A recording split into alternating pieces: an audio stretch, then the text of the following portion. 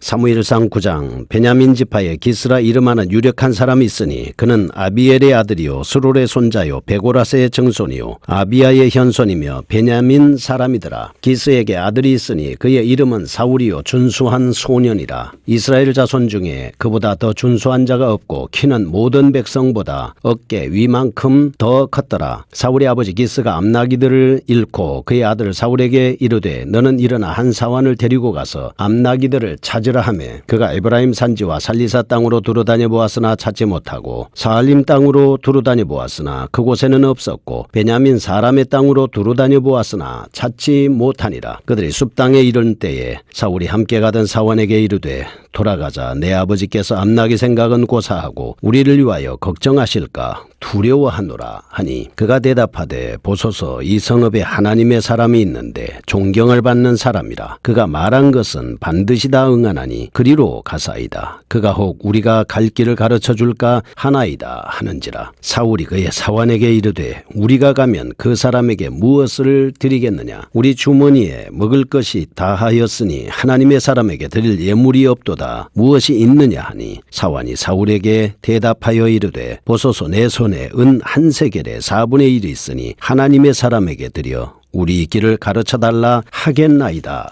하더라. 옛적 이스라엘에 사람이 하나님께 가서 물으려 하면 말하기를 선견자에게로 가자 하였으니 지금 선지자라 하는 자를 옛적에는 선견자라 일컬었더라. 사울이 그의 사환에게 이르되 네 말이 옳다 가자 하고 그들이 하나님의 사람이 있는 성읍으로 가니라. 그들이 성읍을 향한 비탈길로 올라가다가 물기르로 나오는 소녀들을 만나 그들에게 묻되 선견자가 여기 있느냐 하니 그들이 대답하여 이르되 있나이다. 보소서 그가 당신보다 앞서갔으니 빨리 가소서. 백성이 오늘 산당에서 제사를 드리므로 그가 오늘 성읍에 들어오셨나이다. 당신들이 성읍으로 들어가면 그가 먹으러 산당에 올라가기 전에 곧 만날이이다. 그가 오기 전에는 백성이 먹지 아니하나니 이는 그가 제물을 축사한 후에야 청함을 받은 자가 먹음이니이다. 그러므로 지금 올라가소서 곧 그를 만날이이다 하는지라. 그들이 성읍으로 올라가서 그리로 들어갈 때에 사무엘이 마침 산당으로 올라가려고 마주 나오더라. 사울이 오기 전날에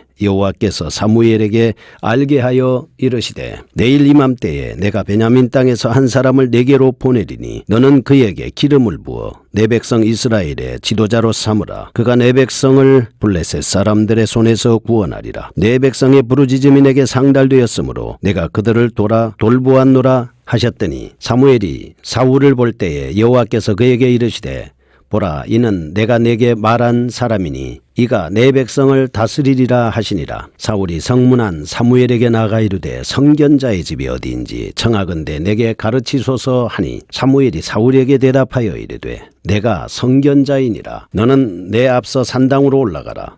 너희가 오늘 나와 함께 먹을 것이요 아침에는 내가 너를 보내되 네 마음에 있는 것을 다 내게 말하리라. 사흘 전에 이런 내 암나기들을 염려하지 말라 찾았느니라. 온 이스라엘이 사모하는 자가 누구냐? 너와 내 아버지의 온 집이 아니냐 하는지라. 사울이 대답하여 이르되 나는 이스라엘 지파의 가장 작은 지파 베냐민 사람이 아니니까.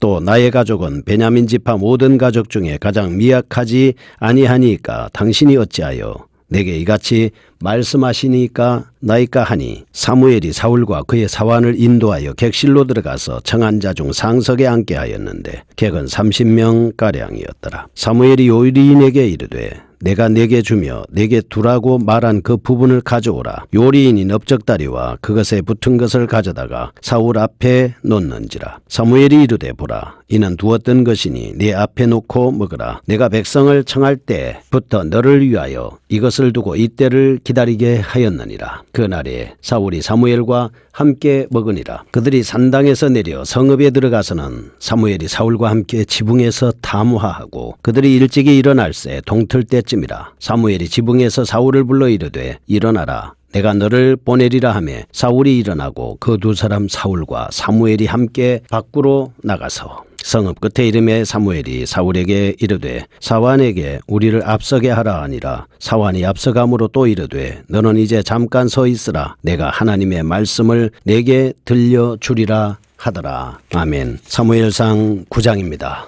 드디어 백성들이 원했던 왕으로 사울이 선택되는 장면을 말씀을 하고 있습니다. 8장에서는 이스라엘 백성들의 요구한 대로 왕을 세웠습니다. 9장입니다. 하나님께서 선지자 사무엘을 통해서 이스라엘 백성에게 위에 왕으로 세운 한 인물을 준비하시고 드디어 출현시키기 위한 일이 착착 진행이 되고 있습니다. 9장 1절에서 10절 말씀을 보시면 먼저 자신에게 기름을 부을 사람인 선지자 사무엘을 만날 수 있도록 기묘하리만큼이나 하나님께서 상황을 그렇게 만들어가고 계십니다. 요셉이 총리가 되는 것이나 다니엘이 총리가 되는 것이나 기묘하게 하나님께서 상황을 만들어가고 있지 않습니까? 우리가 어떤 일을 그렇게 하려고 하면 하나님께서 우리의 생각 밖으로 일을 만들고 계신다는 것을 알 수가 있습니다. 11절에서 17절 하나님께서 사무엘이 사울을 맞이할 수 있도록 준비를 시킨 것을 볼 수가 있습니다. 18절에서 27절입니다. 하나님의 섭리와 인도에 따라 사무엘을 만난 사울이 사무엘에 의해서 다양한 방식으로 자신의 소명을 일깨움을 받는 장면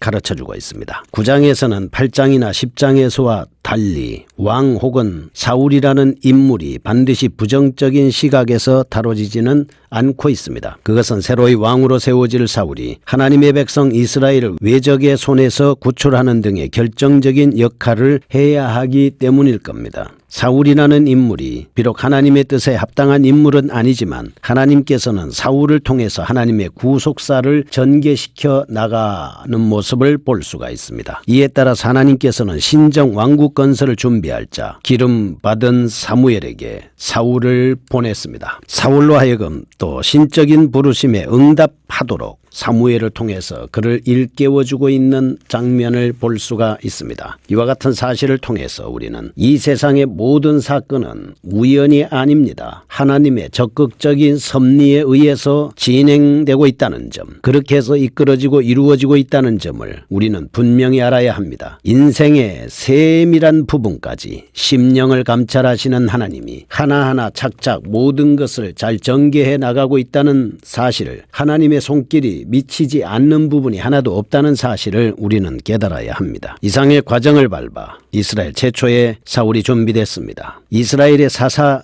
제도가 드디어 종결을 맞고 있습니다. 비록 백성들의 인본주의적 요청과 하나님의 심판적인 허용에 따라서 수립된 왕정제도라고 하지만 하나님의 뜻에 부합된 다윗 왕조의 태동을 촉진시키는 계기가 됐다는 측면에서 또 중요한 의미를 지니고 있다, 이렇게 볼 수가 있습니다. 첫 번째로 보겠습니다. 사무엘을 찾아 나서는 사울입니다. 9장 1절에서 10절입니다. 사울을 이스라엘의 왕으로 세우기 위해서 하나님께서 특별한 섭리를 펼치신 사실에 대해서 말씀하고 있습니다. 첫째 1절과 2절은 사울의 가문과 사울의 외모에 대해서 살짝 언급하고 있습니다. 두 번째 3절과 4절입니다. 사울이 사무엘을 찾게끔 인간적인 측면에서 최초의 그 원인을 언급하고 있습니다. 세 번째입니다. 5절에서 10절 사울이 사무엘을 만날 수 있게 된 인간적인 측면에서 두 번째 원인을 언급하고 있다, 이렇게 볼 수가 있습니다. 사실 사울은 가문과 외모에 있어서는 1절과 2절에 의하면 우수합니다. 그렇지만 영적 정신적인 측면에서는 결코 특별한 인물은 아니었습니다. 그는 이스라엘을 구해보겠다는 특별한 소명을 가지지도 않았고 왕이 되기 위한 야망을 품은 인물은 더더욱 아니었습니다. 그는 다만 몇 마리의 암나귀를 찾으러 다녀야 하는 그런 목축이나 하는 인물이었습니다. 어떤 사환의 조언이나 들어야 하는 소심한 인물이었다. 5절에서 10절 말씀에 보면 그렇게 말씀을 하고 있습니다. 그럼에도 불구하고 하나님께서 그를 택하신 데는 인간의 지혜로는 쉽게 분별될 수 없는 원대한 뜻을 가지고 있다라고 하는 것을 알 수가 있습니다. 하나님께서는 그에게 정치적 잠재력을 보고 있었습니다. 또한 선지자 사무엘을 통해서 그의 정치적 잠재력을 증폭시킬 수 있다는 사실도 알고 계셨습니다. 그래서 하나님께서는 그가 속한 지파가 이스라엘 12지파 중에서 가장 미약하다는 사실, 이스라엘 왕으로서 장점이 오히려 된다는 사실을 내다보고 있는 것입니다. 이스라엘의 2대 지파인 에브라임과 유다 지파에서 아닌 가장 작은 지파에서 이스라엘의 초대 왕을 선출하심으로써 하나님께서는 서로 경쟁 관계였던 양대 지파 간의 상호 시기심을 잠재울 수 있는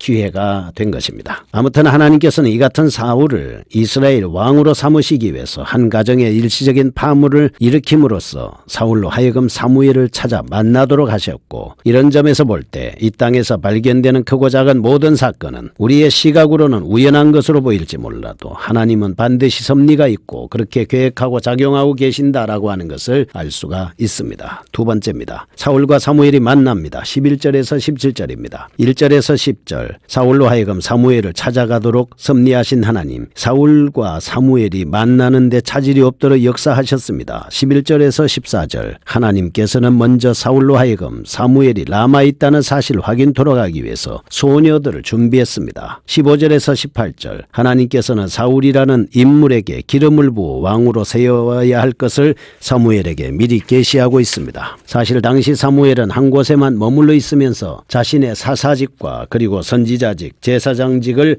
감당하고 있는 사람이 아니었습니다. 여러 도시를 순회하면서 백성들을 영적으로 지도하고 있었던 사람입니다. 따라서 라마에 없을 때도 많았죠. 그러나 하나님께서는 사무엘로 하여금 라마에 있게 하셨습니다. 라마에 있다는 사실을 확고히 알고 있는 소녀들은 그 성읍 변두리에 있는 우물가에 대기시켰던 것입니다. 하나님께서 그리 아니하셨다면 사무엘은 다시 라마를 떠나 순회 통치길에 올랐을 것이고 사울은 사무엘을 만나지 못하였을 겁니다. 이 같은 준비 외에도 하나님께서는 사무엘에게 사울이 올라올 것을 미리 알리십니다. 사무엘로 하여금 그에게 기름 부음을 준비시켰습니다. 한치의 오차도 없는 계획을 착착 진행해 나가고 있습니다. 하나님의 전지적 절대성 확연히 증명하고도 남음이 있다, 이렇게 볼 수 있습니다. 그런데 하나님께서는 지금도 하나님의 백성 개개인을 위해서 치밀한 계획 아래 선한 일을 도모하고 계신다라고 하는 것을 알 수 있습니다. 세 번째, 18절에서 27절에 나오는 소명을 일깨움받는 사울입니다. 사울과 만난 사무엘이 사울에게 하나님께서 그를 이스라엘 왕으로 부르셨다는 사실을 깨우쳐 주고 있습니다. 18절에서 21절, 사울이 사무엘에게 자신이 이스라엘 왕으로 피팅된 것을 암시합니다. 22절에서 24절, 사무엘이 사울을 식사에 초청합니다. 수석 자리에 앉힙니다. 이스라엘 왕으로 세워진 것을